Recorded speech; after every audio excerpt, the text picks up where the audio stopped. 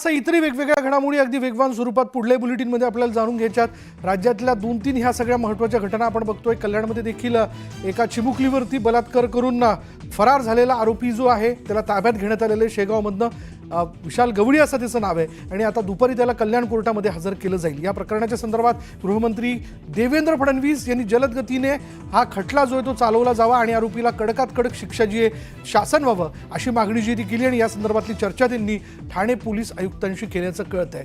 दुसरीकडे आपण बघतोय मनसरमधली घटना देखील हादरून टाकणारी आहे। 2 चिमुकलींचा निर्गुणपणे त्यांची हत्या करण्यात आल्याचं आपण बघतोय। त्यातला आरोपी देखील पकडण्यात आलेला आहे। या सगळ्या घडामोडींमध्ये इतरही वेगवेगळ्या घडामोडी आहेत ज्यावरती आपण लक्ष ठेवून त्याबद्दलचे अपडेट आम्ही आपल्यापर्यंत पोहोचवत राहू। पण आता एक नजर टाकूयात महत्त्वाच्या बातम्यांवर। महत्त्वाच्या बातम्या प्रायोजक घरकुल मसाले, स्वाद आणि मायेचा खमंग मेळ।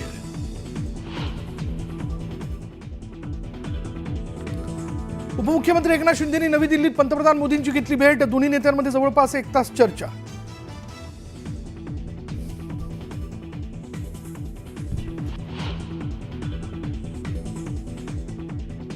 बीड मस्साजोग देशमुख हत्या प्रकरणी सीआयडीचे वरिष्ठ पोलीस अधिकारी बीडमध्ये दाखल। देशमुख कुटुंबियांची भेट घेत घटनास्थळावर जाऊन केली पाहणी। शेजारी राहणाऱ्या अल्पवयीन मुलीवर अत्याचार करून तिची हत्या करणाऱ्या कल्याणचा नराधम विशाल गवळीला 2 जानेवारीपर्यंत पोलीस कोठडी। शेगावमधून करण्यात आली होती अटक। पुण्याचं राजगुरुनगर 2 चिमुकल्या बहिणींच्या हत्येने हादरलं। शेजारी राहणाऱ्या व्यक्तीनेच अतिप्रसंग करण्याचा प्रयत्न करून केली हत्या। मावळमध्ये रक्षकच बनला भक्षक। दारुड्या पोलिसाचे चिमुकलीसोबत अश्लील चाळे। नराधम पोलिसाला अटक।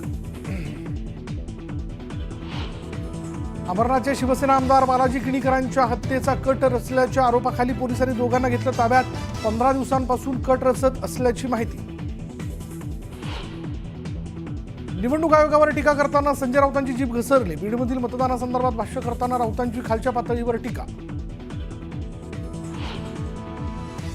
पुस्तकं खाली पाडल्याच्या रागातून दुकान मालकाची 8 वर्षाच्या मुलाला अमानुषपणे मारहाण। नाशिकच्या सिडको परिसरातली घटना। पोलिसांकडून दुकान मालकावर गुन्हा दाखल। त्र्यंबकेश्वर मंदिरात व्हीआयपी दर्शन सेवा 5 जानेवारीपर्यंत बंद। ख्रिसमस सुट्ट्यांमुळे होणारी गर्दी लक्षात घेऊन भाविकांची गैरसोय टाळण्याकरता प्रशासनाचा निर्णय।